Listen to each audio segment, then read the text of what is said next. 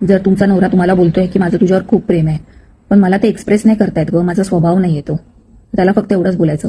का नाही येत? मला पण लग्नाआधी जेवण बनवता येत नव्हतं, तर शिकली ना मी तुझ्यासाठी. माझ्या घरातल्यांना सोडून मी राहू नाही शकत, तरी राहते ना मी तुझ्यासाठी. सकाळी लवकर उठायची सवय नाही मला, उठते ना मी तुझ्यासाठी. हा, कधी स्वतःसाठी चहा बनवून नाही पिली मी, पण जेवण बनवते अख्ख्या खानदानासाठी. आता शिकली ना मी, केलं ना ऍडजस्ट, माझ्यामध्ये बदल केला ना मी. मग तुला नाही करतायत बदल, मला माझी फिलिंग एक्सप्रेस नाही करतायत, समजून घे. का घ्यायचं समजून मी? तू घेतो समजून? उशिरा उठू मी, जेवण नको बनवू घरातलं, चालेल तुला? घेशील समजून मला?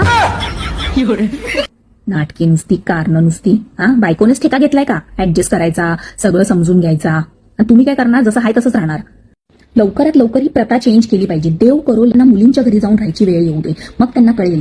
हा, ते रोज घरात चड्डीवर फिरत असतात ना, फुल पॅन्ट फुल कपडे घालून जेव्हा स्वयंपाक करायला लावेल ना सासू उभं राहून तिथे आणि सांगेल आमच्याच पद्धतीचा स्वयंपाक बनवायचा, असाच बनवायचा, अशीच फोडणी पाहिजे आणि असंच ज्या मुलीला हेच जेवण आवडतं तसंच झालं पाहिजे. आणि कामावर आल्यानंतर तांगडावर करून बसायचा नाही, मोबाईल बघत.